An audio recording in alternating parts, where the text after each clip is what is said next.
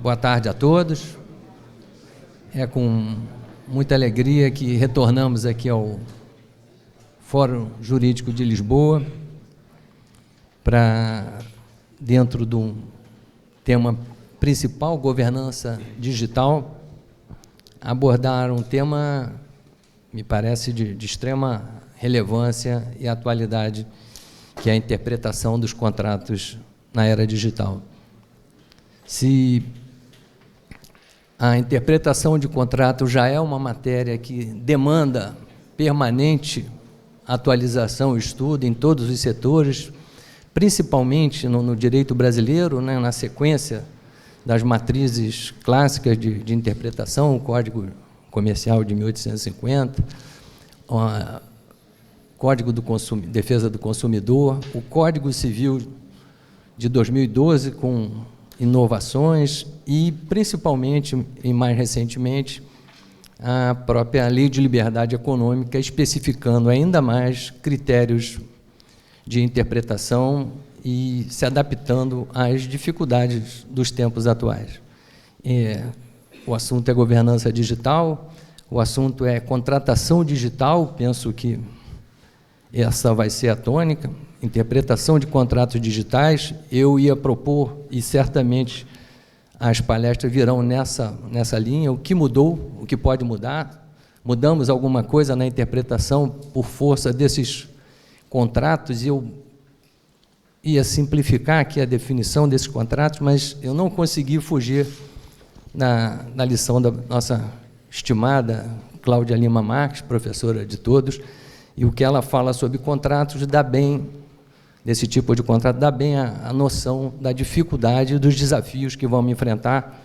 E eu penso que teremos aqui hoje 6 visões super interessantes que certamente vão auxiliar a todos nós, juízes, árbitros, advogados, a enfrentar esse tema, que é o interpretar um contrato, aquela falta de simetria. No momento da avença, queremos e pensamos e temos expectativas, algumas, e na hora do cumprimento, no momento posterior, essas expectativas quanto aos direitos e obrigações se revelam contraditórias. E é nesse momento que o papel da interpretação ganha relevo.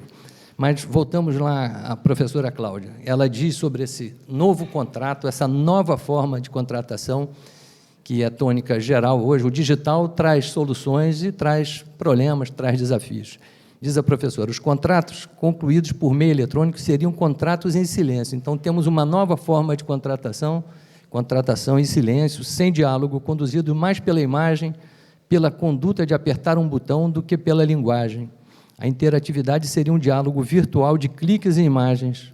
A verdade é que o consumidor ficou desprovido da possibilidade de dialogar. Então, vejam a dificuldade do operador do direito em interpretar um contrato, que é sempre difícil, quando se conversa muito antes, se tem noção do que se quer, num contrato em que um toque, um avançar do sistema de computador sem um stop, significa uma contratação e a assunção de deveres e obrigações que depois são objetos. A sequência disso, ainda lá no Brasil, muito se discute hoje, o secretário nacional de consumidor, o advogado Vadir Damus, avançando nisso, falou, olha, o consumidor hoje não tem outra opção do que não falar com o robô.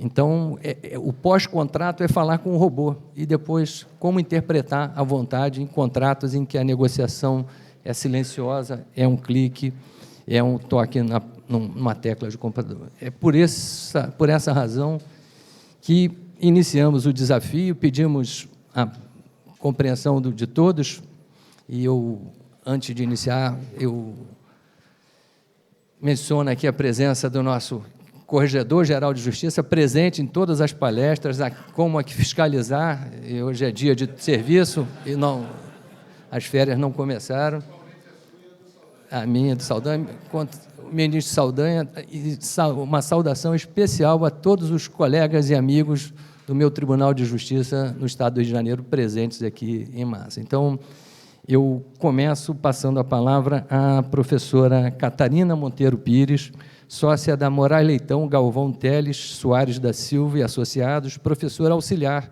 da Universidade de Lisboa e doutora em Direito pela Universidade de Lisboa. Muito obrigada. Bem, começo por agradecer à organização este honroso convite para estar aqui hoje. Uma palavra também de agradecimento aos senhores ministros, aos senhores professores e aos colegas que aqui estão, por aceitarem ouvir-me durante 10 minutos sobre este tema. Eu vou pedir uma caneta aqui. Senhor Ministro, não se importa que use a caneta? Porque o tema que me traz aqui hoje, já falei com vários colegas que ia falar sobre isto hoje e várias pessoas me disseram assim, o quê? E, portanto, eu vou escrever a palavra no quadro, que é o que me traz aqui hoje.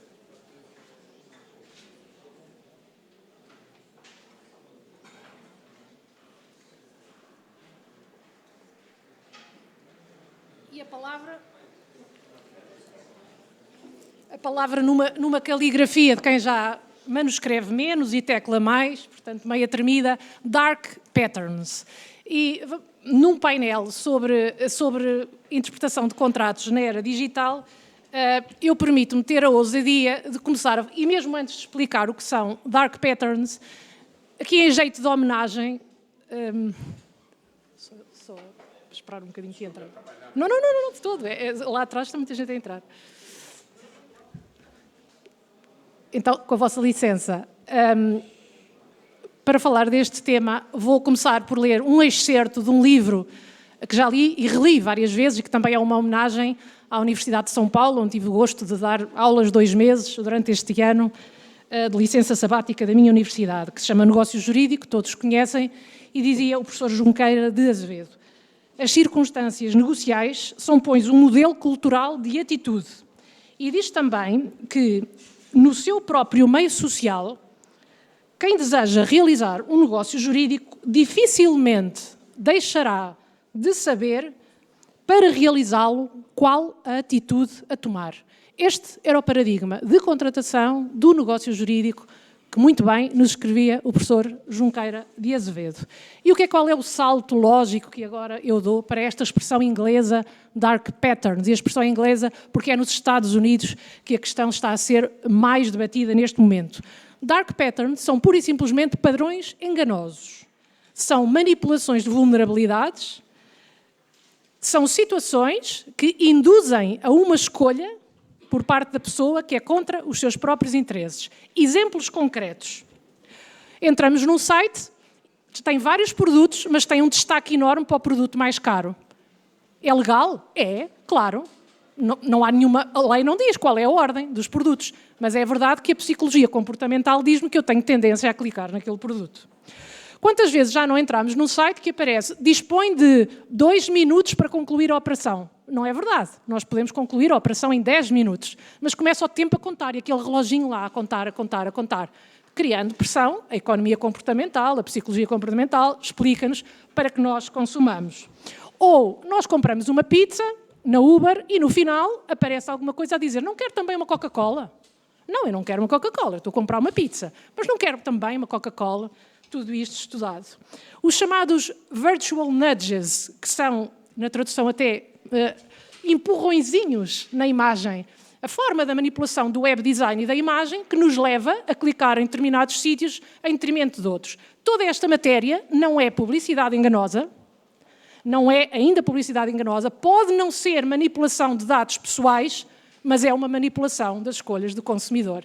E eu acho que este é um tema que nós temos que trazer aqui, quase para desafiar um bocadinho a ideia da interpretação, porque eu estou a colocar-me num ponto anterior, que é qual é o axioma da contratação no mundo digital. A Comissão Europeia, na Europa, este ano, em 2023, fez um estudo e chegou à conclusão que 40% das empresas, fez uma operação de screening, e 40% das empresas utilizavam técnicas de manipulação na mera ordenação dos produtos, e exemplos como este que eu dei, que não eram ilegais, portanto não violam propriamente nem nenhuma lei dentro da União Europeia, mas que levam a que os consumidores façam escolhas que não desejam. Nos Estados Unidos há várias ações a decorrer, há vários estados contra a Google, por utilização precisamente destes dark patterns na internet. E há também uma conhecida da Federal Trade Commission contra Credit Karma também, em que esteve em causa, houve depois um acordo, chegou a acordo, portanto não houve uma resolução do litígio que não através do acordo. Nos Estados Unidos está a acontecer muito isto, as grandes empresas chegam a acordo e, portanto, acabamos por não ter uma decisão judicial final, mas conseguimos perceber que estavam em causa situações destas. Não são ilegais. Alguns estados norte-americanos já regularam o problema, como a Califórnia, mas não todos os estados. Portanto, não há uma legislação também central, assim, que nos diga que estes problemas têm um determinado enquadramento. Existe um estudo também muito interessante, feito também pelo FCT, pelo Bureau of Consumer Protection nos Estados Unidos, mas não temos mais do que isto, e na Europa também há um grupo de trabalho, mas também não temos mais do que isto. E agora vamos aos nossos países. O que é que nós temos? Bom, em Portugal temos certamente um decreto-lei, 84/2021, temos um regulamento da União Europeia, 2022-2065, temos uma lei de defesa do consumidor, temos a regulamentação da proteção de dados pessoais. No Brasil, temos, já aqui foi dito pelo Sr. Ministro, o Código Civil Brasileiro, de 2002, e depois a Lei da Liberdade Económica, temos a Lei de Defesa do Consumidor, temos também a Lei de E-Commerce e temos também a Lei da Proteção de Dados. Contudo, nenhuma dessas leis trata deste problema particular, que não chega a ser publicidade enganosa, que não chega a ser um erro propriamente, que não tem uma qualificação óbvia de dolo, como o erro ou o dolo que possam estar no Código Civil. E, portanto, o direito do consumo foi um direito que se estruturou muito a partir da ideia de proteção do consumidor através ou do arrependimento ou da chamada conformidade da mercadoria. Se a mercadoria não está em condições, tem que se facilitar a vida ao consumidor. Através de inversões de ónus da prova, através de meios de reação mais fortes, etc, etc, etc. Só que nada disso, essa regulação toda do direito do não cumprimento, não é o que está aqui em causa. Aqui estamos na fase, nem é da fase da interpretação do negócio jurídico, estamos antes disso, estamos na criação de um ambiente que não é um ambiente igual ao desta sala. Se qualquer um de nós aqui celebrar um negócio jurídico, nós temos um determinado contexto de contratação e a grande questão que aqui se coloca é uma total alteração e deturpação do próprio contexto da contratação. E esta vulnerabilidade no ambiente da contratação muda o axioma, porque o axioma dos contratos está baseado na liberdade. E isto distorce tudo. E o direito civil hoje, cada vez mais, não é um direito civil, é um direito civil partido em três. E uma coisa é o direito civil aplicado às empresas e outra coisa é o direito civil aplicado aos consumidores. E são dois direitos civis que quase já não dialogam, têm linguagens tão diferentes, e aí o Brasil avançou muito bem, procurando, com a Lei da Liberdade Económica, diferenciar estas duas áreas, mais do que até em alguns países europeus, onde as áreas se confundem mais. Eu tenho pouco tempo e vou convocar agora uma outra ideia. A ideia de um Prémio Nobel da Economia, que é psicólogo, na base, que chama-se Daniel Kahneman, e que escreveu um livro, que muitos já terão lido, que se chama Pensar Depressa e Devagar, que chegou a muitas conclusões. Vou apenas trazer-vos duas das conclusões deste Nobel da Economia, que, reparem, há 20 anos ganhou o Nobel da Economia, um psicólogo ganhou o Nobel da Economia há 20 anos por estudar o quê? Comportamentos das massas e escolhas dos operadores económicos. Ele, no fundo, vem criticar a escola de Chicago e o liberalismo de Chicago e a ideia de que o consumidor é livre, ou o homem jurídico, o homem económico, os agentes económicos, os agentes jurídicos são livres, e vem-nos dizer duas coisas importantes para o nosso tema de hoje. Primeiro, que os observadores estão mais abertos à crítica e à informação do que os decisores.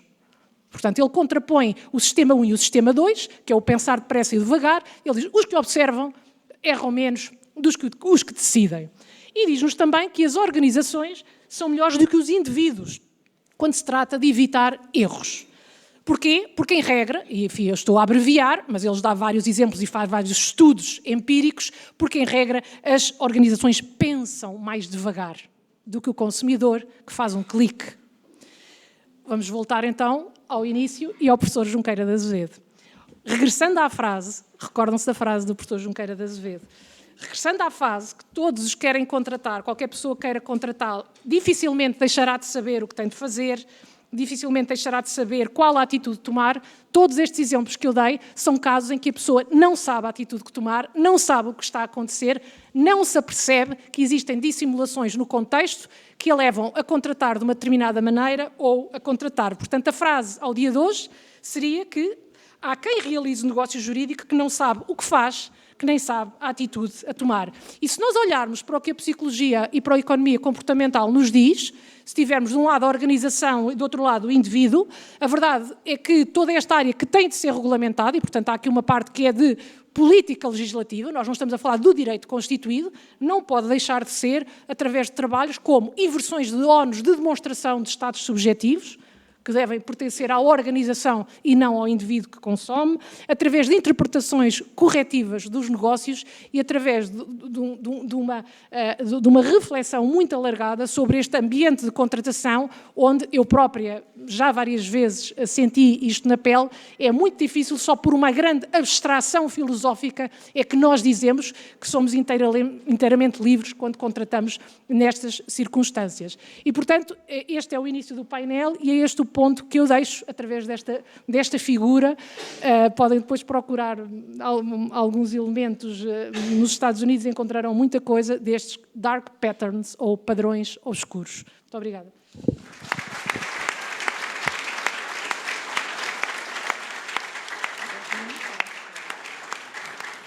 Agradeço a professora Catarina Monteiro Pires, que começou com o que fazer, o que mudar, e ela já está trazendo aqui um instituto e uma problemática que já está sendo atacada em países estrangeiros, que certamente não demora a chegar no direito brasileiro. Antes de passar a palavra à professora Marilda, eu quero cumprimentar aqui o ministro Luiz Roberto Barroso, que nos honra com a presença, o ministro Cueva, lá em cima, que eu não tinha visto, o ministro Saldanha, e o coordenador continua presente à sessão. Então, atento. Então, a palavra agora com a professora Marilda de Paula Silveira, professora do Instituto Brasileiro de Ensino, Desenvolvimento e Pesquisa e doutora em Direito Administrativo pela Universidade Federal de Minas Gerais. Tem a palavra, professora.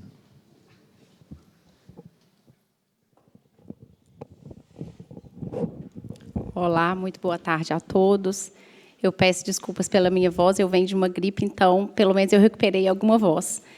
Mas o que meu professor de Direito Administrativo está aqui falando de interpretação dos contratos na era digital? Assim, isso é a prova de que a coragem e responsabilidade andam ali muito pertinho, falando para o ministro do Supremo, para o corregedor e para um monte de ministro do STJ.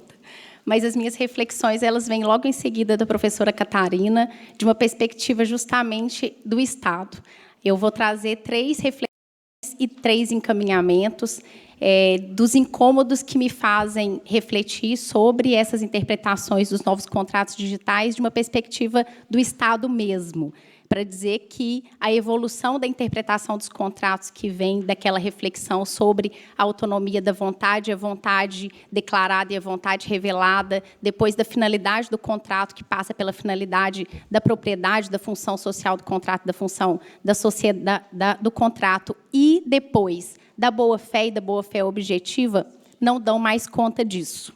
E não dão mais conta disso, talvez partindo até do próprio exemplo da professora Catarina, que conclui dizendo que como que a gente faz com o consumidor que não consegue interpretar essas regras, que não consegue se aperceber do contexto em que vive na hora de tomar a sua decisão. Talvez seja pelo fato de que a gente não está diante mais de um contrato de direito civil. Eu sempre disse para o Atalá que ele estava na área errada, que estudar direito civil era muito pior do que estudar direito administrativo. E acho que esses contratos eles nos empurram para essa perspectiva. E eu disse que traria 3 apontamentos. O primeiro deles é esse.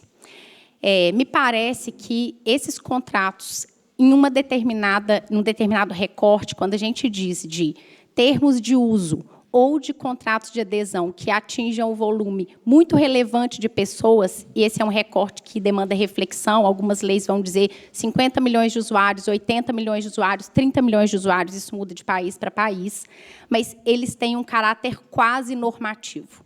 Eles deixam de ser um contrato que deva ser pensado da perspectiva do indivíduo e passam a ser um contrato que tem que ser pensado da perspectiva da coletividade. A gente está vivendo isso lá na China, é claro que é um outro sistema, mas o exemplo que eu trago ele é muito significativo para a gente refletir sobre isso. Na China, o WeChat é uma plataforma da qual o cidadão depende para sobreviver. Ele não só se comunica, mas ele realiza as suas atividades do cotidiano, ele realiza negócios. E a China, se apercebendo disso, então, regulou uma forma de suprimir o indivíduo da atividade do WeChat. Mas vamos imaginar que esse fosse um negócio regulado entre o WeChat e o usuário. Eu vou trazer um próximo exemplo do YouTube, talvez fique um pouco mais claro, mas vamos ficar aqui no WeChat por enquanto. Quando você retira o usuário dessa plataforma, onde ele estabelece suas relações, se comunica, faz os seus negócios, e a gente tenta assimilar isso, comparar um pouco com o que a gente tem aqui no Brasil. O que a gente faz na nossa Constituição que suprime do indivíduo a condição de cidadão? É a suspensão dos direitos políticos.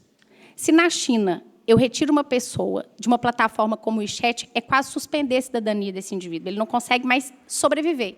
Ele não consegue se comunicar, ele não consegue fazer negócio, ele não consegue interagir entre as pessoas. Se essa é uma relação estabelecida entre o Estado e o indivíduo, e isso está na Constituição, a gente trata com uma certa naturalidade. Mas como é que a gente faz quando isso é um negócio privado, estabelecido entre uma pessoa física e uma pessoa jurídica? A gente passa a tratar um negócio que é de direito privado, a gente deve passar a tratar esse negócio de direito privado como um negócio que é de uma norma quase estatal. E esse é um desafio para o qual a gente não tem resposta. Então, esse é o primeiro ponto que eu trago aqui.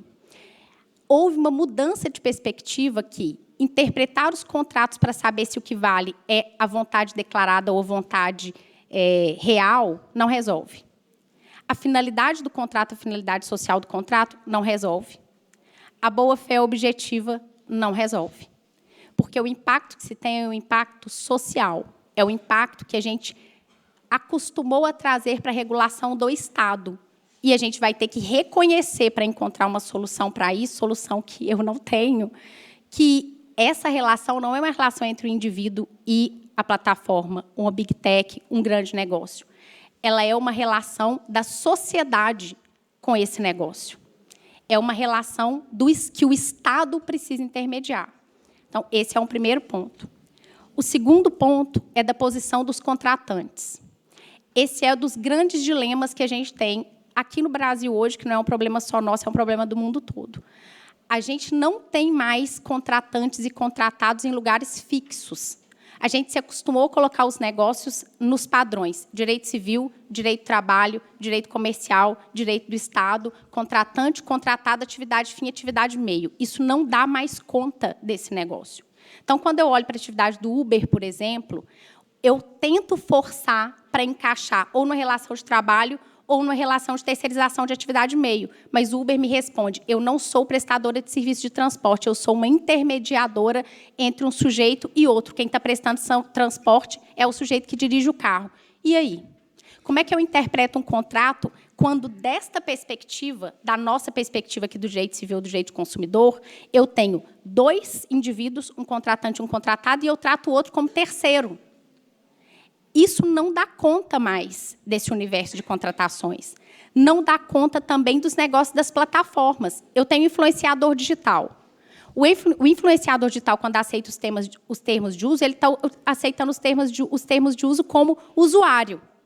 Mas, ao mesmo tempo, sem vender nenhum produto, ele está prestando um serviço. E aí, quando ele presta um serviço e me apresenta um produto, eu compro um produto e sou lesada por esse produto, a responsabilidade é dele. Qual é a relação desse influenciador com a plataforma e qual é a relação do influenciador comigo? Esses negócios jurídicos, eles são móveis. Cada pessoa ocupa uma posição num determinado momento, uma posição que não é fixa. E esse não é um negócio regulado. Meu sobrinho, outro dia, chegou para mim e falou assim, ele junta as latinhas de refrigerante lá de casa da família inteira para poder vender para o meu padrinho que recicla. Ele juntou R$500, gastou 270 para comprar uma fruta mítica num jogo que chama Roblox. Eu não consigo dominar nem a gramática mais desse negócio. Eu não entendo nada que ele fala. Eu entendo 80% do que ele fala. O fato é que ele estabelece relações dentro desse jogo. Ele se comunica com os colegas dentro desse jogo, ele tem 9 anos. A linguagem dele é fixada, é determinada pela gramática desse jogo. Em cada momento, o usuário desse jogo ocupa uma posição. Lá tem inúmeros adultos. Em um determinado momento, esse adulto que usa esse jogo, ele é consumidor, em determinado momento ele é vendedor, em determinado momento ele é usuário, ele é jogador. E a plataforma, para todos os efeitos, só está fornecendo um jogo. Quem fornece essa fruta mítica é um usuário que se desenvolveu e se inseriu dessa plataforma ao mesmo tempo que ele joga, porque isso também faz parte do núcleo de interesse dele. Se fosse só uma relação de consumo, ok. Mas a questão é que essa fruta mítica ela tem um papel no contexto social do jogo. E ela influencia a forma com que ele vê não só o jogo, mas a vida. E isso não atinge só o meu sobrinho, atinge 80 milhões, 90 milhões de pessoas. O que traz a pergunta, de novo, essa é uma relação direito-privado que está na esfera de interpretação contratual. Cada hora piora, né, gente? A cada minuto piora. Você quer conseguir falar, mas não tem condições. E, graças a Deus, já estou passando para o terceiro. O terceiro ponto é a da dinâmica de alteração do modelo de negócio. A gente costuma se preocupar muito com a alteração dos termos de uso. Mas eu te pergunto, se o YouTube amanhã decidir retirar essa plataforma do ar, isso é um problema entre o YouTube e o usuário?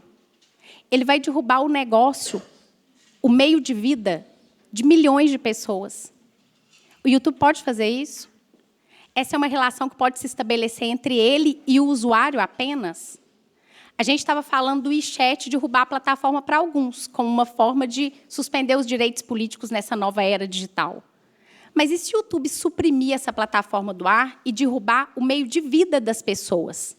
Ou resolver modificar totalmente a forma de estabelecer o seu modelo de negócio? Porque retirar o negócio do ar é uma hipótese remota, mas modificar o modelo de negócio ele faz todos os dias. Essa é uma alternativa que deve ser regulada só pelo YouTube e o usuário, como é atualmente. Quantas vezes a gente não vê aqui influenciador reclamando, mas eu não consigo atingir meu usuário, eu tenho aqui um negócio que eu modulei de uma forma X, o YouTube ou o Instagram, o Facebook mudam tudo e eu não consigo mais vender, eu não consigo mais atingir meu consumidor.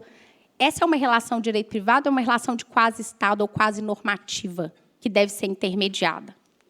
Aqui, então, eu trago 3 encaminhamentos para a gente poder refletir.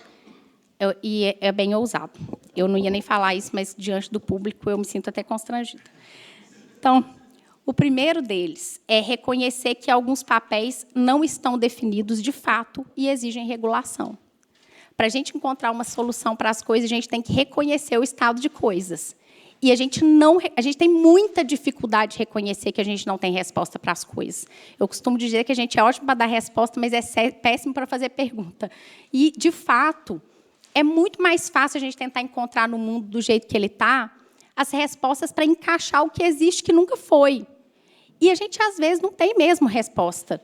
E parece que não tem. Esse é um pressuposto que me parece urgente, que é preciso reconhecer. Não tem jeito de buscar na vida que sempre foi aquilo que nunca foi.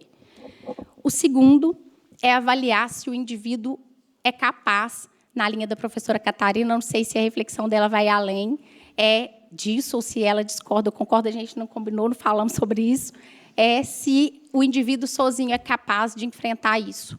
Ou se a gente está no momento de fazer uma reflexão sobre a forma de organização da sociedade, como a gente fez quando surgiram os partidos políticos, quando surgiram os sindicatos, quando a gente pensou em formas de organização social para regular a relação do indivíduo com o Estado e tentou impulsionar o Estado para formas coletivas de negociação. Eu não tenho condição nenhuma de lidar com o YouTube sozinha, muito menos com o Facebook, com o Instagram. Mas pode ser que coletivos tenham mais condições de fazer isso. E a gente está empurrando as pessoas cada vez mais para a individualidade. Talvez essa é uma reflexão que, nesse momento, a gente precisa começar a fazer e como fazer essas organizações que tirem as pessoas desses embates individuais.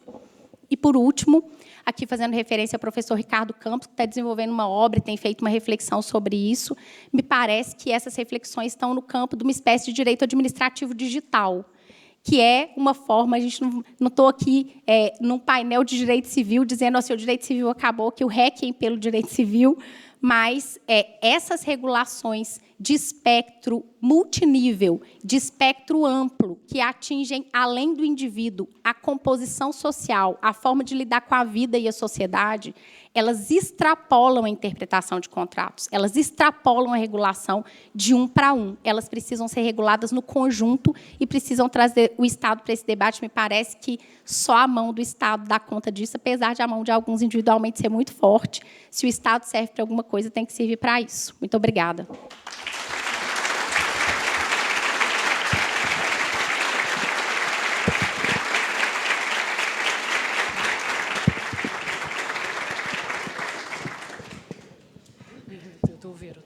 Agradeço e parabenizo a professora Marilda pelas reflexões que já complementam aí as ponderações iniciais da professora Catarina.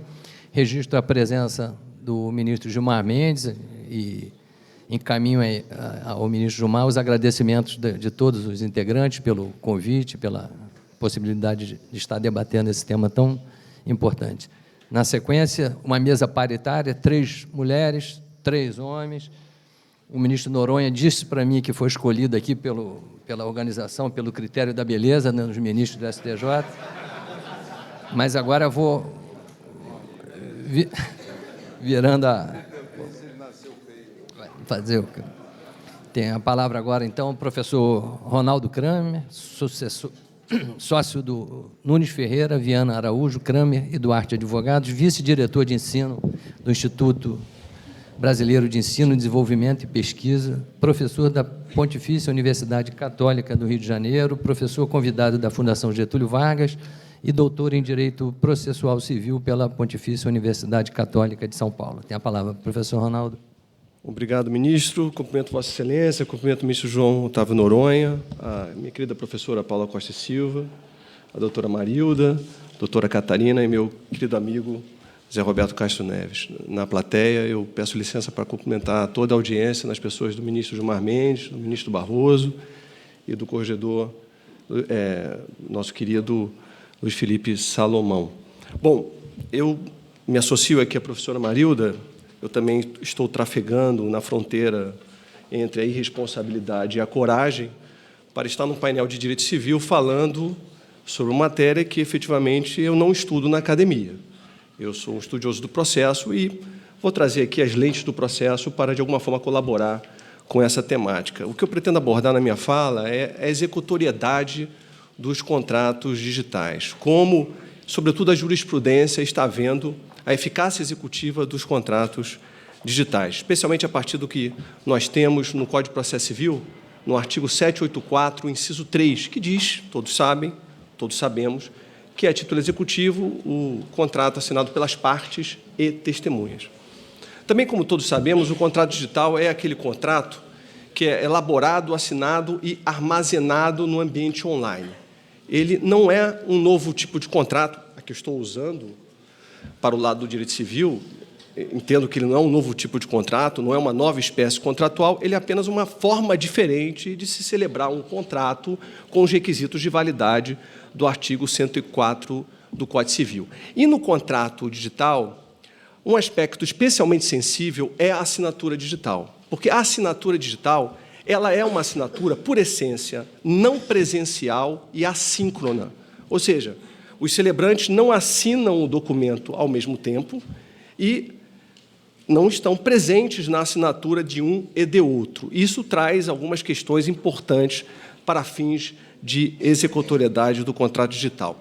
Então, a partir da perspectiva da assinatura digital, nós vamos ver a jurisprudência e a doutrina, consequentemente, se posicionando de maneira diferente a respeito do tipo de assinatura digital que aquele contrato contém. E aí nós vamos olhar o ordenamento positivo para ver as espécies de assinatura digital. Se nós lermos a MP 2200, de 2001, que instituiu a assinatura digital pela ICP Brasil, ou pelo certificado ICP Brasil, e se nós lermos a recente Lei 1463, de 2020, que aprofundou a temática da assinatura digital durante a pandemia, nós vamos encontrar 3 tipos de assinatura digital.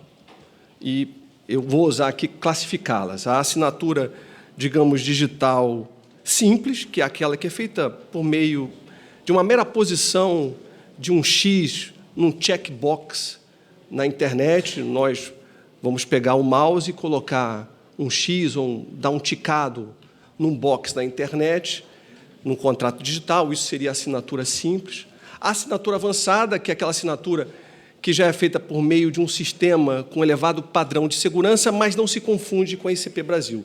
Não é uma assinatura feita com base no certificado da autoridade brasileira, que é responsável por isso e que emite o certificado do ICP Brasil. Essa é a assinatura avançada, feita por um programa de elevado padrão de segurança para identificar os signatários, mas ainda não é a assinatura digital pelo ICP Brasil. E a assinatura qualificada, que é a assinatura com base no certificado do ICP Brasil. Então, nós temos essas 3 espécies de assinatura digital vigorando hoje no nosso mercado jurídico: a assinatura simples, a assinatura avançada e a assinatura qualificada. Eu também ouso dizer para as senhoras e os senhores que a maioria das assinaturas que nós vemos ou é a assinatura simples, aquele checkbox aquele tique no checkbox que nós vamos dar nos contratos digitais no ambiente online, e a assinatura avançada, que é aquela usando os programas DocuSign ou Adobe, que são programas que nos dão essa possibilidade de fazer uma assinatura digital com elevado padrão de segurança, mas, insisto, não são reconhecidos, não são cadastrados na autoridade certificadora, não se confundem com assinatura digital pelo ICP Brasil. Então, por essa perspectiva das 3 espécies de assinatura digital, como a jurisprudência e a doutrina têm se comportado, a matéria é recente, não tem muita doutrina, mas já há alguns julgados sobre o assunto, como a jurisprudência e a doutrina têm se comportado, têm visto esses contratos digitais com essas assinaturas para fins de executoriedade. Não falo aqui para fins de validade do negócio jurídico, porque isso, efetivamente, é matéria de direito civil e não pretendo perquirir esse aspecto, mas para fins de executoriedade, eficácia executiva do documento. E também parto da perspectiva que um contrato assinado digitalmente para fins de executoriedade tem que ter assinatura digital das partes e das testemunhas. Então, é um contrato que foi assinado por meio dessas 3 espécies de assinatura de que eu falei, que são assinados esses contratos pelas partes e pelas testemunhas. E nós vamos encontrar, por exemplo, na jurisprudência e na doutrina, que o contrato assinado ou o contrato que contém assinatura simples, ele não é reconhecido como um título executivo. Ou seja, um contrato que tem aquela assinatura por meio de tique no checkbox, ainda que esse tique tenha sido feito pelas partes e pelas testemunhas, esse contrato, tanto pela doutrina quanto pela jurisprudência, não é reconhecido como um título executivo, como um documento de acordo com o inciso 3 do artigo 784 do Código de Processo Civil. O contrato que contém assinatura digital avançada, aquele contrato que é assinado por esse programa DocuSign, que muitos escritórios têm, que é um programa muito bom, porque como a assinatura digital é não presencial e assíncrona, o DocuSign ele nos avisa à medida que as pessoas vão assinando o documento, a hora da assinatura, inclusive a pessoa que deflagrou a assinatura pelo DocuSign, ela pode cobrar do signatário que ainda não assinou para assinar o documento. É um programa muito bom. Então, essa assinatura é uma assinatura, como eu disse, digital avançada. Mas, na jurisprudência e na doutrina, não há uma opinião unânime sobre a executoriedade do contrato firmado com assinatura avançada. Inclusive, há expressivos julgados no TJ de São Paulo, no TJ do Distrito Federal, dizendo que um contrato firmado por meio de DocuSign, firmado pelas partes e pelas testemunhas, pode ser um contrato válido, mas não é um contrato com eficácia executiva. Por quê? Porque qualquer uma das partes tem a prerrogativa de apontar algum problema, alguma falha de identificação, e isso, só essa possibilidade, já retiraria desse contrato a sua eficácia executiva. Eu não estou aqui a refletir sobre esse assunto, é muito mais informativo, estou colocando a posição da doutrina da jurisprudência, mas isso me causa uma certa surpresa, porque se nós vamos olhar o mercado jurídico, há muitos escritórios trabalhando com DocSign, há muitos escritórios trabalhando com a assinatura digital por meio do Adobe, e nada disso é uma assinatura qualificada. Esses programas, insisto, eles nos ofertam uma assinatura avançada, que não se confunde com a assinatura pelo certificado ICP Brasil. E o contrato digital firmado com a assinatura do ICP Brasil, ele tem eficácia executiva. Aí, tanto a doutrina quanto a jurisprudência são unânimes até o momento em admitir que o documento, o contrato assinado pelas partes, pelas testemunhas, com assinatura, com certificado do ICP Brasil, é um contrato que tem eficácia executiva. Há um precedente maravilhoso do Superior Tribunal de Justiça, do querido e saudoso ministro Paulo de Tarso Sanseverino, é um precedente que não é unânime, em que o STJ, esse precedente é o precedente 1.495.920 do Distrito Federal, 1.495.920 do Distrito Federal, um recurso especial em que o STJ, por meio da relatoria do saudoso ministro Paulo de Tarso Sanseverino, reconheceu a eficácia executiva de um contrato assinado digitalmente pelo certificado ICP Brasil, não só reconheceu a eficácia executiva esse precedente, como dispensou a assinatura das testemunhas, que não tinha nesse contrato, no caso concreto, porque a assinatura digital pelo certificado ICP Brasil é tão segura que até a presença das testemunhas que teriam o papel de testemunhar que aquele contrato foi assinado por aquelas pessoas que estão constantes do preâmbulo do documento, até isso pode ser dispensado. Esse precedente, insisto, não é unânime, é um precedente que foi alcançado por maioria, salvo engano, o ministro Cueva, o ministro Belize falou que o ministro Cueva estaria presente, não vejo, o ministro Cueva foi voz dissidente nesse precedente. Pelo menos por esse precedente, nós temos esse reconhecimento da eficácia executiva do contrato digital, assinado digitalmente pelo certificado ICP Brasil, inclusive para dispensar a presença de testemunhas. Então, esse é o panorama que nós temos. É um panorama que causa uma certa surpresa para quem se depara com esse tema pela primeira vez. Nós temos 3 assinaturas digitais para o contrato digital. Uma assinatura digital não se questiona, ela não é reconhecida como uma assinatura válida para conferir eficácia executiva ao contrato digital. A outra, que é a assinatura avançada, a assinatura desses programas que não se confundem com o certificado da ICP Brasil. Aqui nós temos uma polêmica bem acesa na doutrina da jurisprudência a respeito da eficácia executiva desses contratos firmados com essa espécie de assinatura. Em relação à assinatura qualificada pelo ICP Brasil, aí não há dúvida. Inclusive, por esse precedente do STJ, se dispensaria até a assinatura digital das testemunhas, dado o elevado padrão de segurança do certificado ICP Brasil. Então, esse é um cenário que nós temos que confrontar, debater. Por quê? Porque o que nós vamos ver no mercado jurídico é a maioria dos contratos sendo assinada por certificação digital avançada, que não se confunde com o ICP Brasil. Inclusive, se as senhoras e senhores forem ao glossário não, as explicações que o programa DocSign expressa sobre o seu tipo de assinatura, as senhoras e senhores vão ver que o aplicativo se esforça em dizer que o seu tipo de assinatura é reconhecido na jurisprudência e conferiria validade e eficácia executiva ao documento. Isso não é verdade. Isso não é verdade. Então, ministro Belize, já me encaminhando para o final, a minha fala é muito mais informativa do que conclusiva. Esse é um tema que eu estou pensando ainda. Acredito que não haja uma definição sobre as seguranças dessas assinaturas, mas existe uma coisa sobre a qual a gente não pode discordar. É que o nosso ordenamento jurídico não está ainda preparado para essa virada tecnológica que nós estamos tendo. E aqui eu peço licença, ministro Belize, para ler o que o ministro Paulo de Tarso Sanseverino disse no seu voto, e isso foi para a ementa desse precedente do STJ a respeito da assinatura digital. Disse o ministro Paulo de Tarso Sanseverino: nem o Código Civil, nem o CPC, inclusive, de 2015, mostraram-se permeáveis à realidade negocial vigente, e especialmente à revolução tecnológica que tem sido vivida no que toca aos modernos meios de celebração de negócios, que deixaram de servir unicamente ao papel, passando a se consubstanciar como meios eletrônicos ou digitais.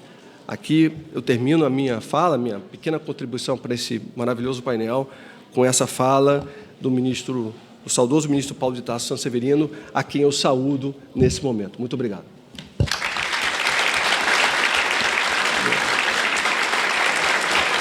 Obrigado. Muito obrigado, professor Ronaldo. Passo a palavra de imediato ao professor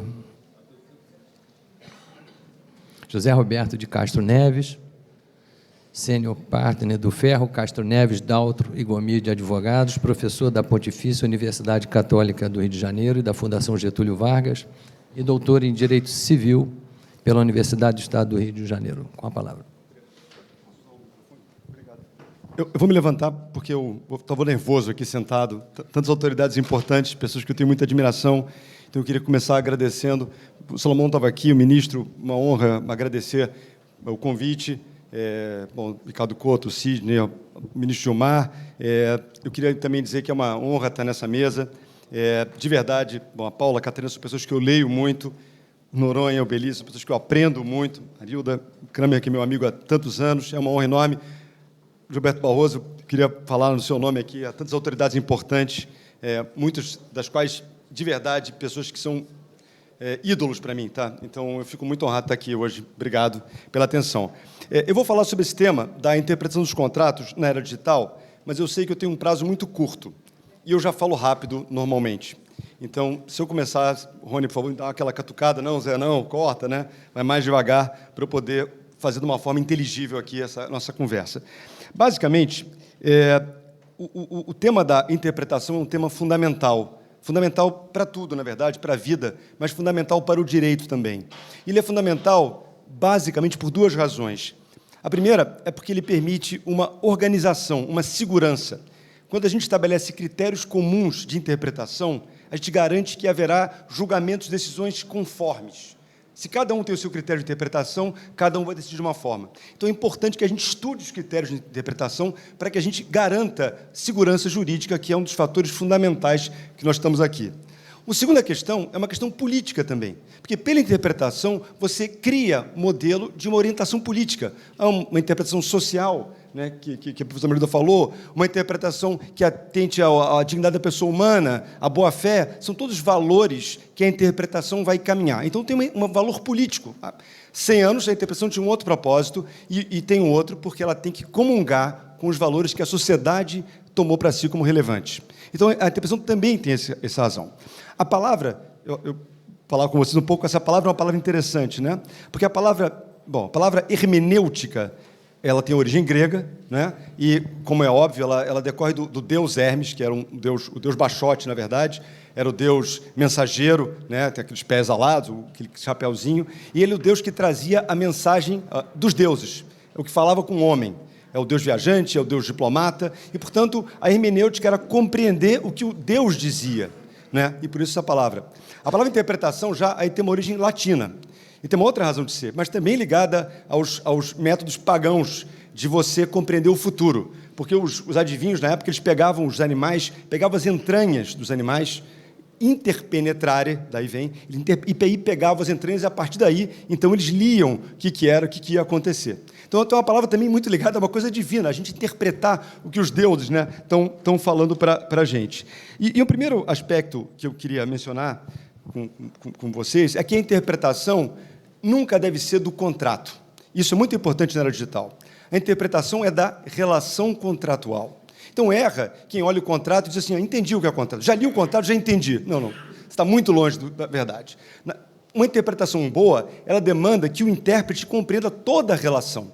Porque só compreendendo o todo é que ele vai poder compreender aquela história. Às vezes, ao contrário, o contrato te leva muito longe do que está acontecendo de verdade. É fundamental entender o todo. E por isso que é importante compreender esses elementos extrínsecos da interpretação e não os elementos intrínsecos, que são o contrato propriamente dito, né? Então, por exemplo, os aspectos intrínsecos, a literalidade, a sistematicidade do contrato, claro que são importantes até a própria lógica do contrato, mas tem os elementos extrínsecos, o histórico, e eu tenho pouco tempo, então não vou dar exemplos, mas tem exemplos interessantíssimos de como só pela história do contrato, daquela relação, que você vai poder, de fato, compreender a extensão do negócio.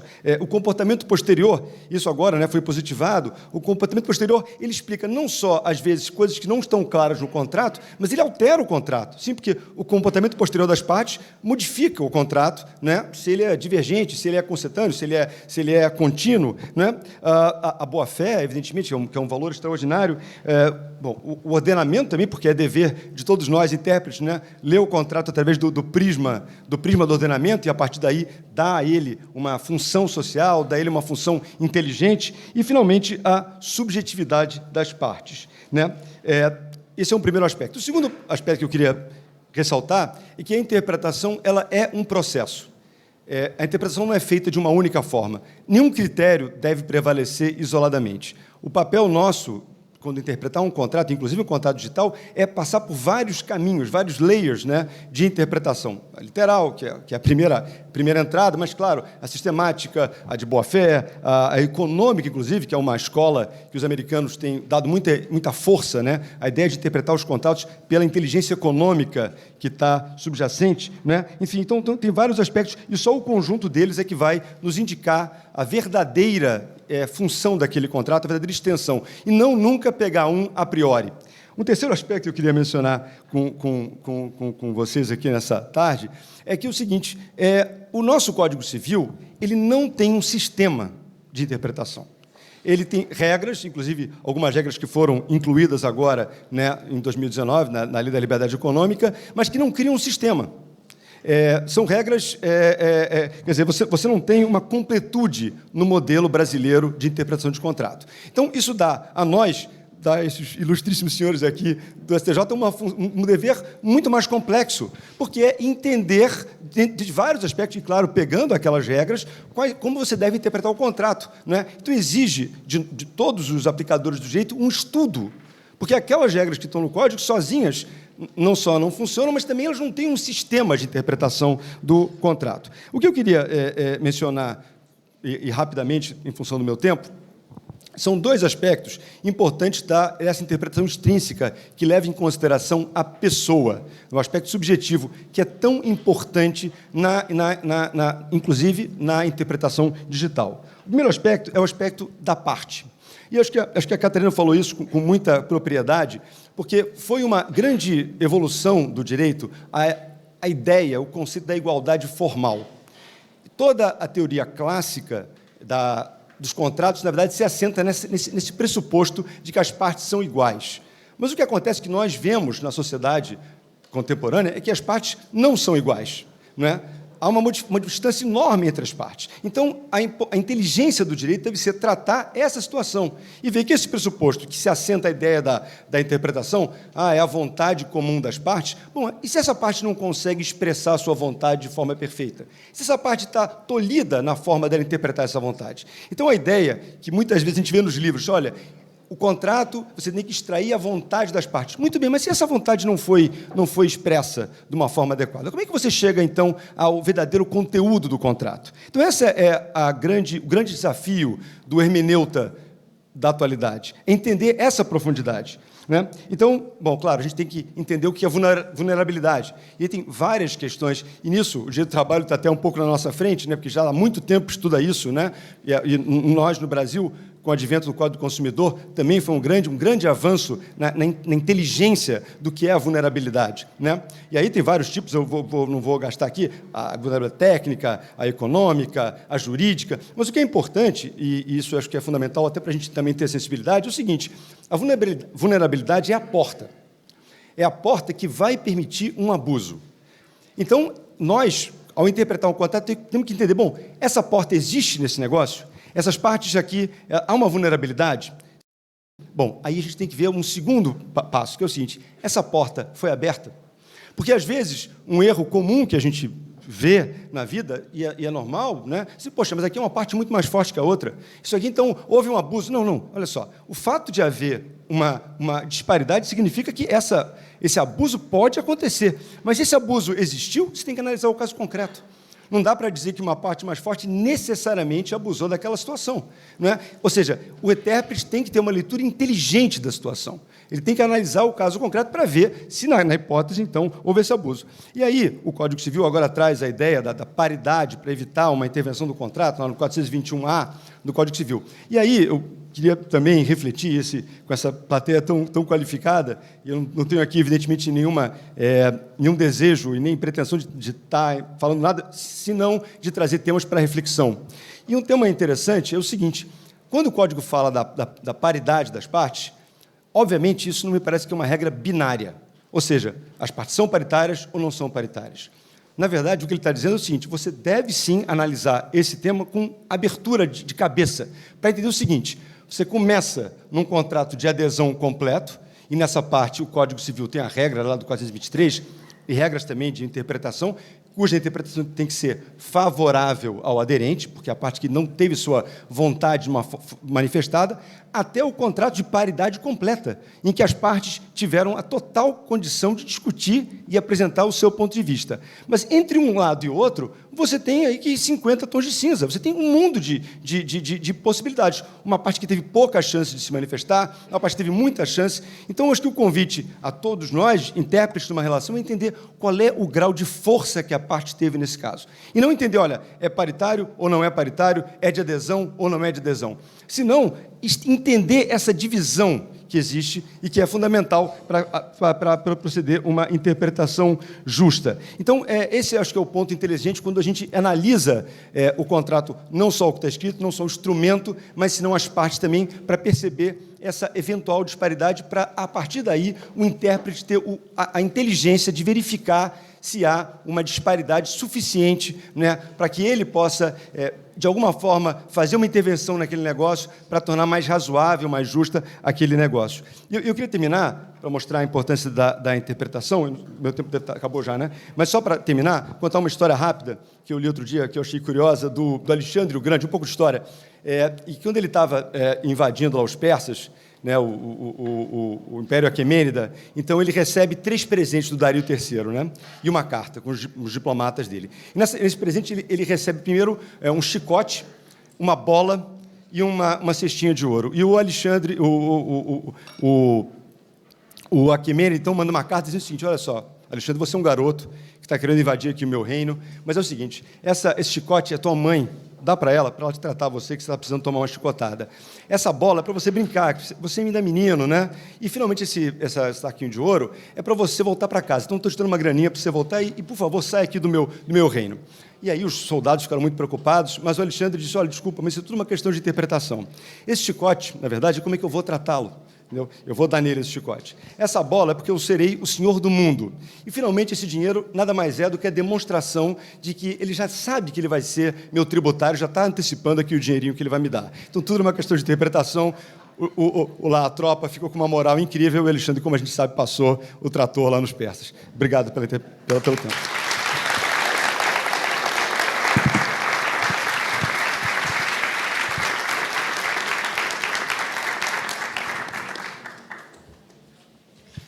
Obrigado, professor Zé Roberto, pela belíssima exposição, que terminou com um exemplo da importância e da interpretação. Antes de passar a palavra para o ministro Noronha, quero deixar aqui o registro também, que muito me alegra, da presença de Marcelo Belize, meu filho, a primeira vez que comparece ao evento, e com muito orgulho eu te vejo aí na plateia. Então, passo a palavra ao meu querido amigo, o ministro João Otávio Noronha, que já me pediu desconto do tempo dos cumprimentos. Eu não tenho culpa, antes de eu saudar, dele não ter nascido tão bonito como eu. E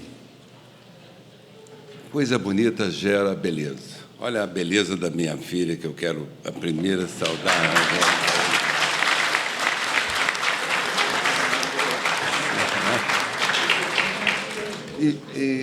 Basta você ver a beleza dos meus netos, que todo mundo diz, é a cara do avô materno. Saúdo também o Eduardo, meu genro, né, que me cede sempre o apartamento para eu vir aqui. Você tem que casar bem as filhas.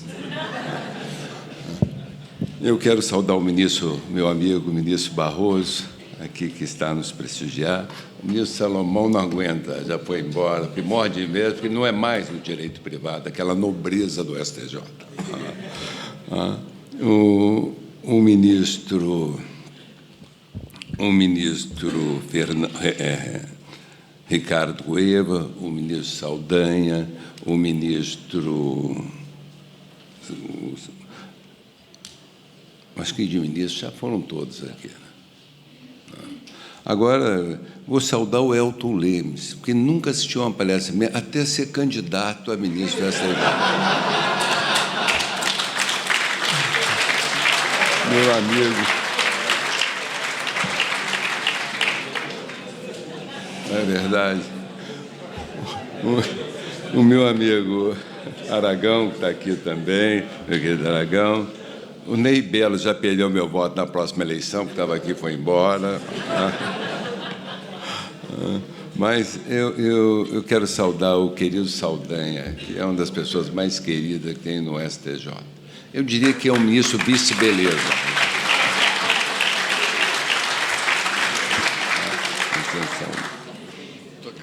E, por último, eu vou saudar o meu amigo, ministro Belize, meu colega, foi meu colega de turma, hoje meu colega de sessão, uma inteligência privilegiada, todos os concursos submeteu, passou em primeiro lugar, só não é o primeiro lá no STJ, porque deu o azar de trabalhar comigo. Mas eu quero saudar também o talento dos meus colegas. Falar por último tem a vantagem, como penúltimo, então não tem mais o que falar. Depois do brilho da Marilda, da Catarina, do Ronaldo Klemer, do Castro Neves, eu vou enrolar um pouquinho para falar de contrato, que é uma matéria que eu gosto muito, até porque eu também sou professor de Direito Civil, e quero falar em interpretação de contrato eletrônico aqui, Barroso, sem ativismo judicial. Sem ativismo. Não, o que ele disse que é verdade, que só tem uma decisão de ativismo judicial, que é da união estável homoafetiva. E, de fato, é. E aqui eu pego esse exemplo, essa brincadeira inicial, para mostrar a vocês que os fatos estão na frente do legislador, os acontecimentos sociais precedem o legislador. E eles precisam ser normatizados, ainda que pelas decisões judiciais, até que o legislador tome a si esses fatos e o regule através da norma jurídica. E, aliás, é muito bom a gente começar aqui a falar de uma lição do Eros Grau. O direito muda sem que o texto de lei seja alterado. É da interpretação do texto que nós extraímos a norma. A norma é muito mais que o texto, é a interpretação dele. É um juízo de valor. Vocês pegam a Constituição americana, quantas mutações em matéria de... Vamos pegar como exemplo aqui do racismo, como era interpretado pela Suprema Corte. Sem mudar a Constituição, nós temos normas completamente diferentes, emanadas do Poder Judiciário.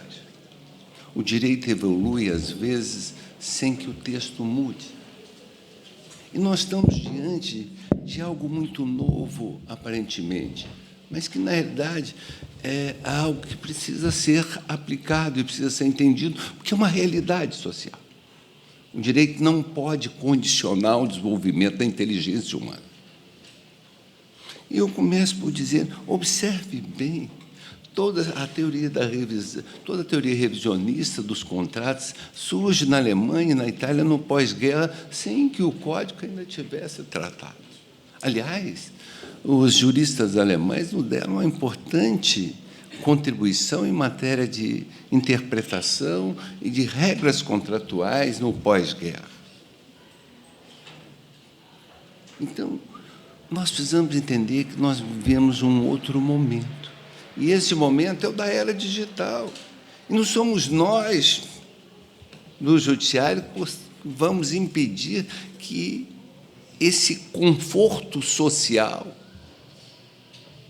que se obtém com a aplicação da tecnologia não se concretize bem em nome da economia contratual, em nome até da realização de direitos.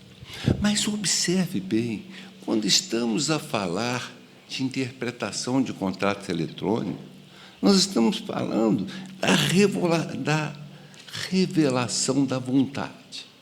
Nós sabemos, e aqui destacou, de certa forma, Cássio Neves, que o princípio da autonomia da vontade é a pedra de toque nas relações jurídicas contratuais. É lógico que o Código Civil vai ser lido de uma outra forma, mas, se bem lido e lido modernamente, nós vamos ver que, do conjunto existente no ordenamento jurídico, nós podemos regular todas as novas relações jurídicas que surgem materializadas numa nova forma, forma digital. Isso me parece fundamental.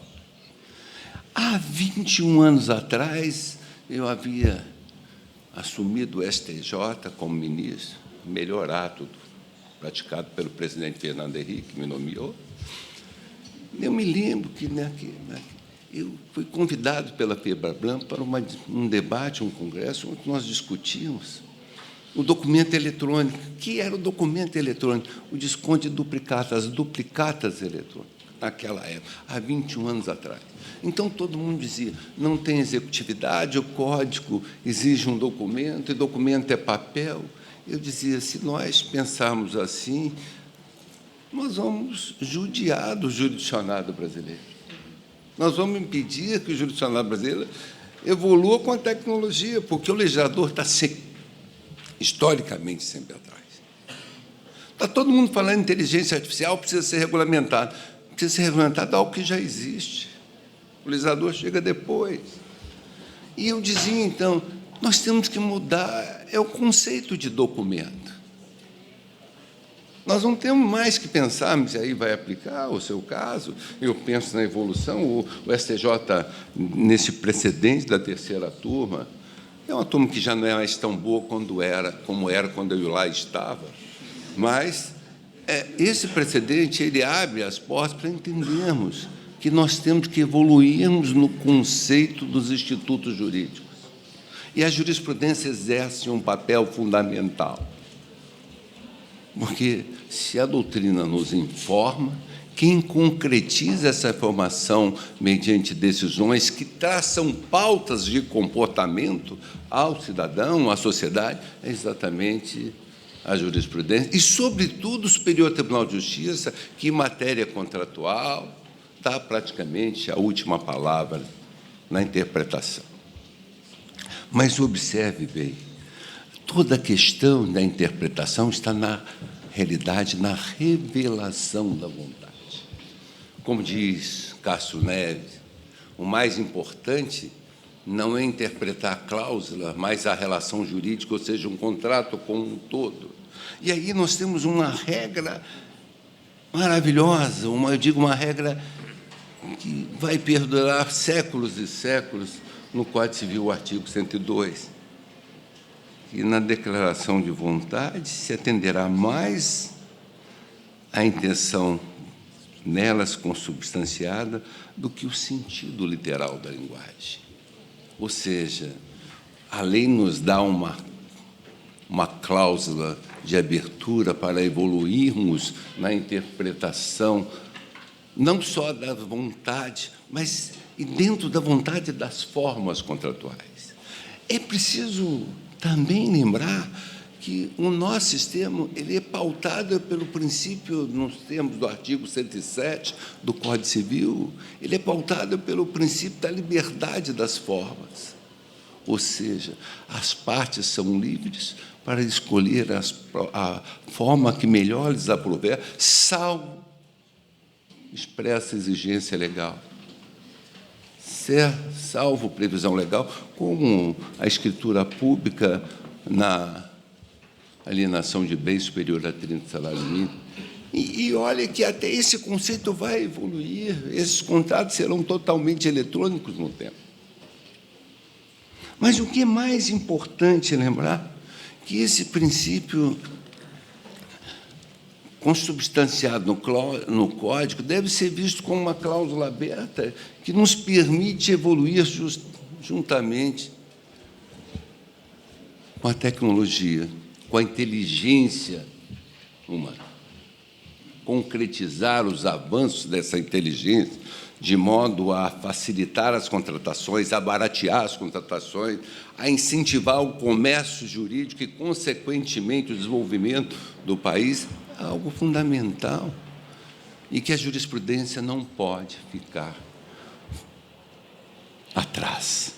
Aí vem. A contratação digital efetivamente é uma realidade.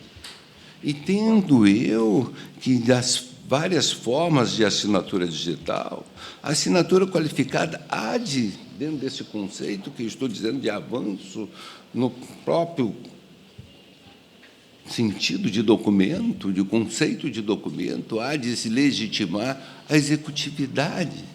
Preste bem, nós não podemos... O que nós precisamos entender é que já é hora de acabar com a figura da testemunha.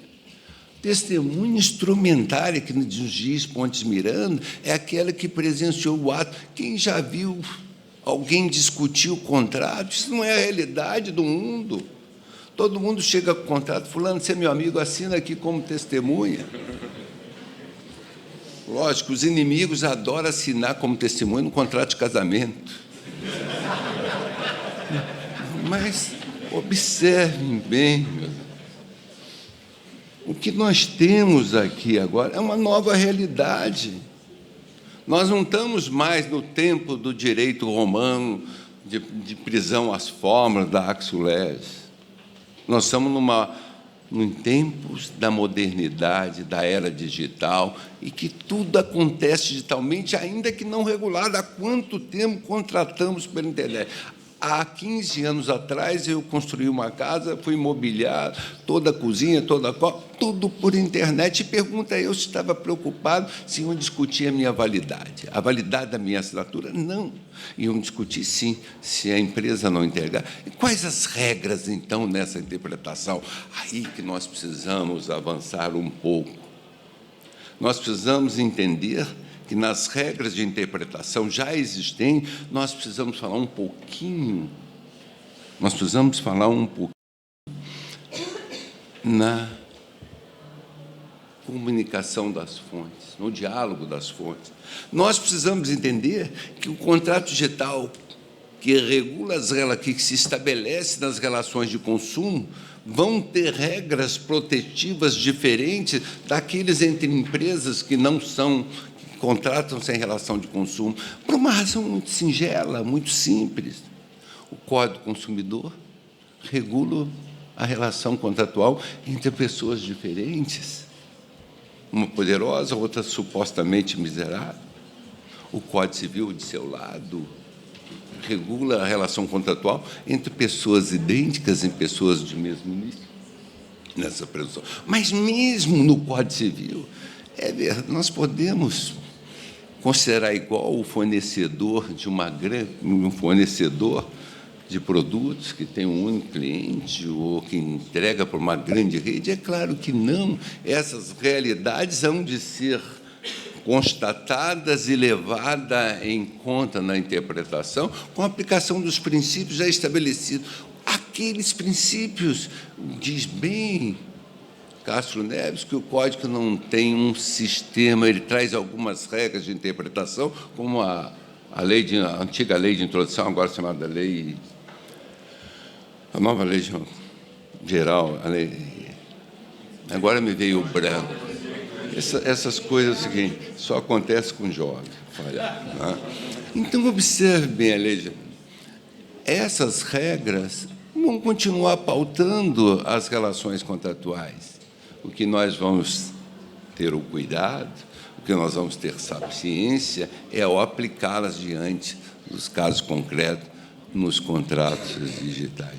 Por isso, eu finalizo Ronaldo Krempler dizia: não há por que não considerar válida a assinatura avançada.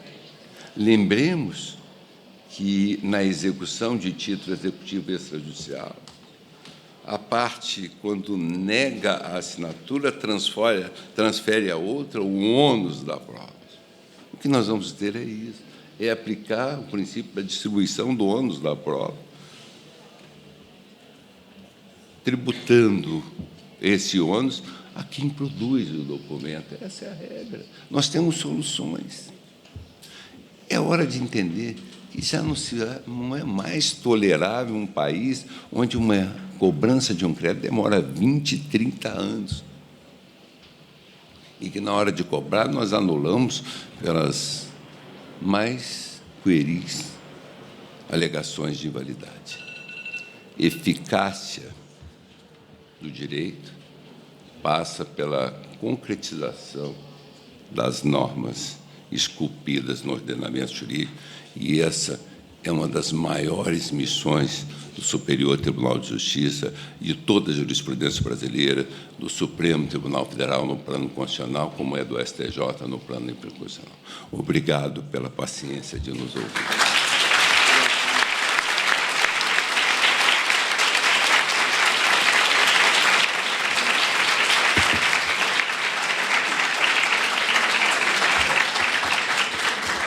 Agradeço ao ministro João Otávio Noronha, belíssima exposição.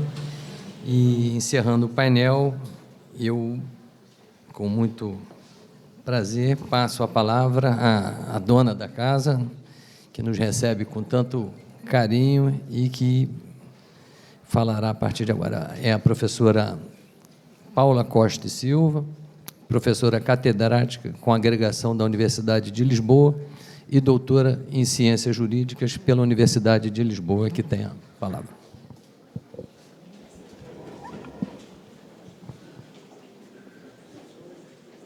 Muito obrigada. Ministro Belize, permita-me que cumprimente em Vossa Excelência todos os colegas de painel, é uma honra enorme, e toda a audiência na pessoa do Ministro Barroso, com quem já pude partilhar tarefas académicas e com quem muito aprendi, nomeadamente no modo de interação com candidatos que sempre estão nervosos.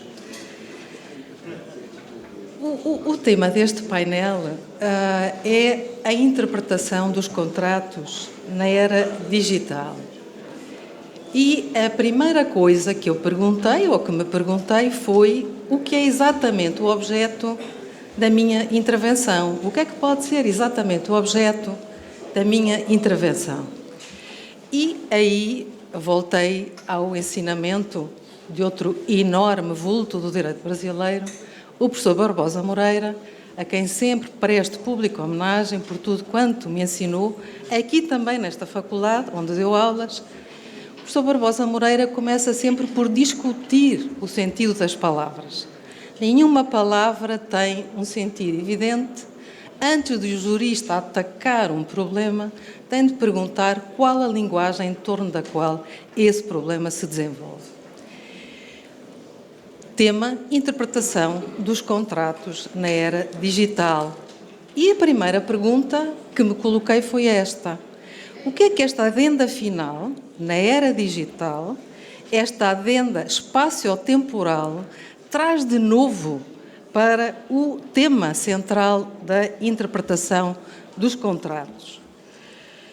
O que é que nós temos de trazer, eventualmente de novo, a partir de uma eventual nova linguagem? Será que temos novas inflexões, temos novos critérios para o clássico problema da interpretação? Porque este é o tema do painel, é a interpretação do contrato na era digital. Se nós tomarmos a expressão interpretação no seu sentido clássico, e, portanto, a interpretação como a determinação, a operação de determinação do sentido juridicamente relevante de um ato de autovinculação, a pergunta é: o que é que se altera nesta matéria porque tudo isto ocorre na era digital? Eu senti-me completamente perdida porque sou totalmente ignorante no que possa significar a era digital. Sou um peão da era digital, eu não sou um ator da era digital. E não sabia exatamente, e não sei exatamente, como se caracteriza esta adenda final, a era digital. O que é isso da era digital e o que é que isto pode trazer, em última instância, de novo, para o problema da interpretação. Como sempre faço, quando estou muito perdida, vou ler, e vou ler alguma coisa que não tem nada a ver com o problema que eu estou a ter de enfrentar. Mas, curiosamente, fui ler o último livro que me havia sido oferecido e encontrei nele, talvez, a chave para o problema. Permita-me o autor, aqui presente nesta mesa, que eu leia um passo do livro que ontem me foi oferecido. Ainda assim, a força da palavra pode existir apenas na mente das pessoas.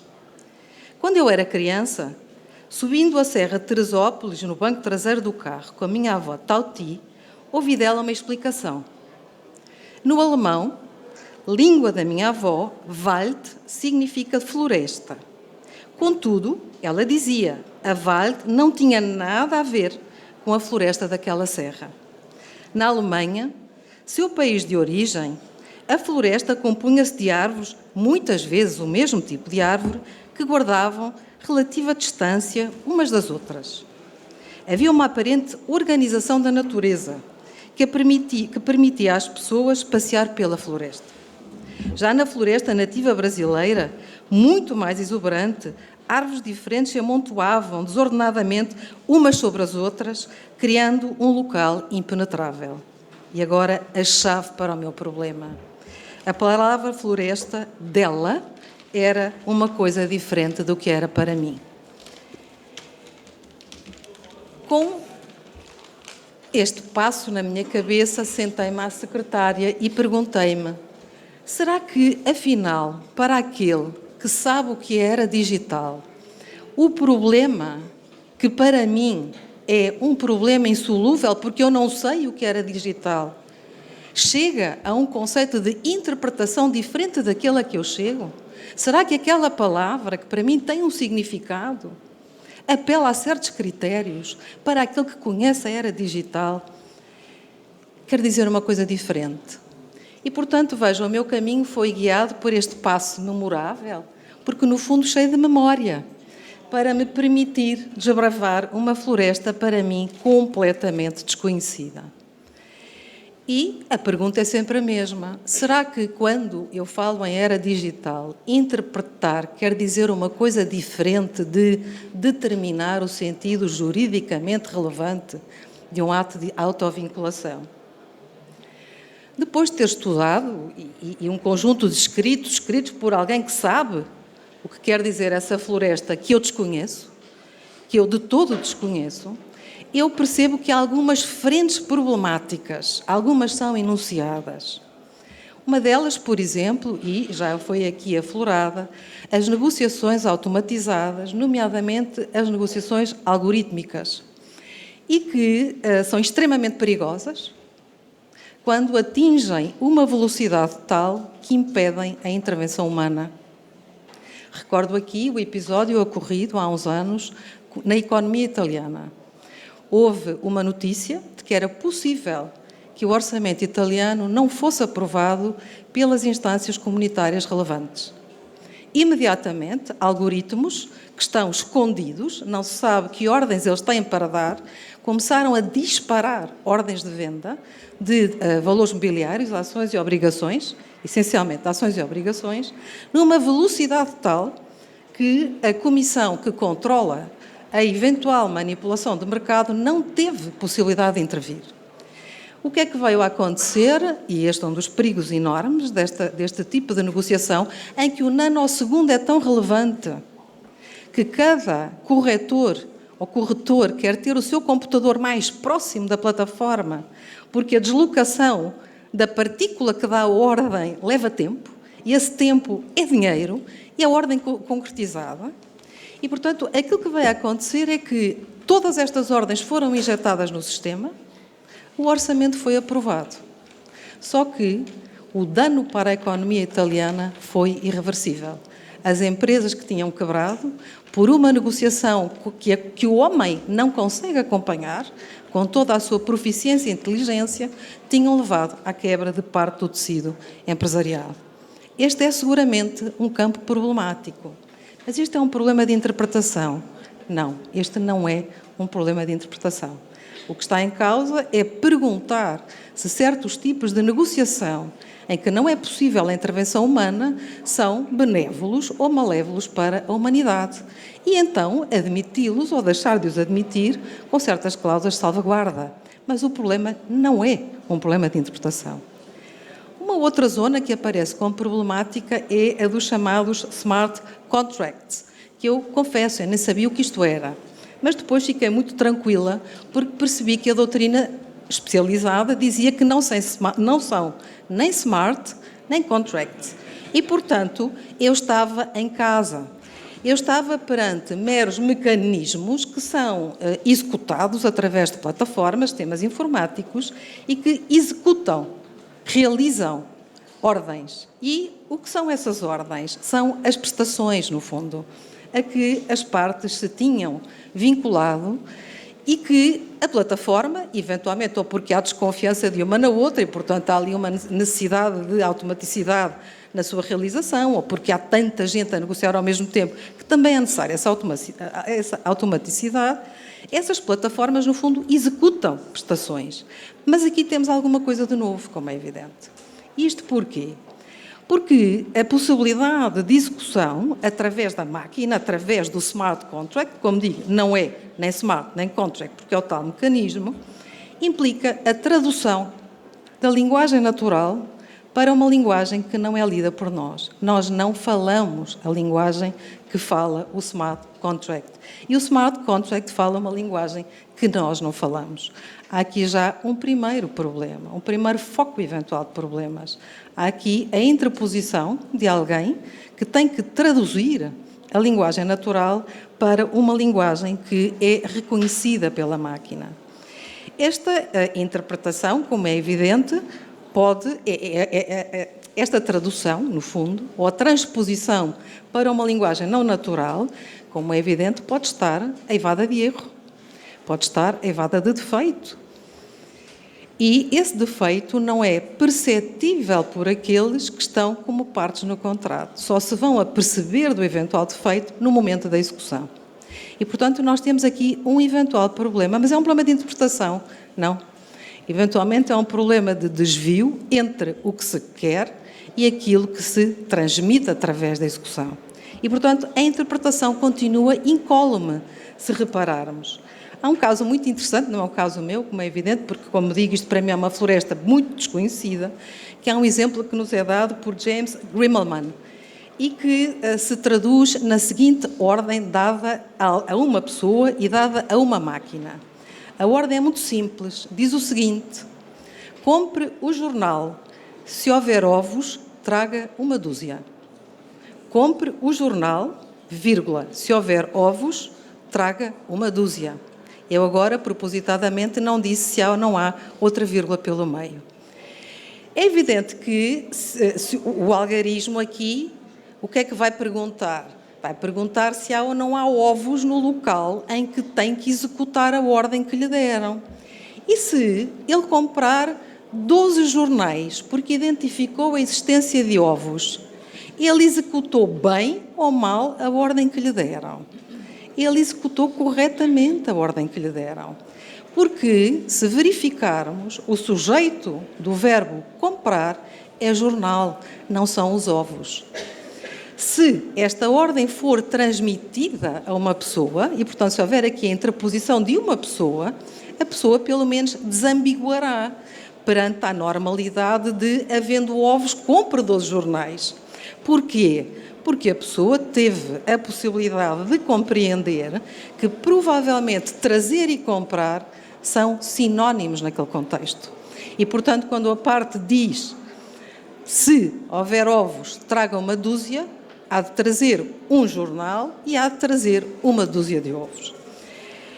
Esta é, obviamente, uma das grandes dificuldades que nós temos hoje em dia, mas é um problema de interpretação, não, é um problema de tradução. E é um problema de tradução que está na natureza, por um lado, rudimentar, já da nossa linguagem natural, e, por outro lado, na ainda mais rudimentar capacidade de tradução da nossa linguagem natural por uma linguagem que seja lida pela máquina.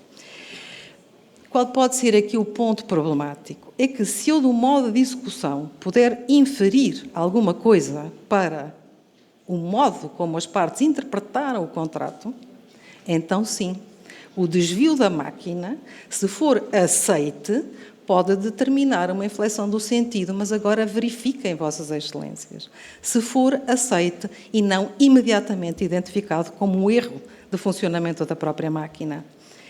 O que é que, no fundo, e com isto quero muito rapidamente concluir, porque eu já estou para além do meu tempo. Haveria aqui, obviamente, que falar de conceitos indeterminados, se a máquina tem ou não a capacidade de interpretar cláusulas contratuais com conceitos indeterminados, umas terão, outras não, depende do conceito em si, creio eu, mas numa breve conclusão.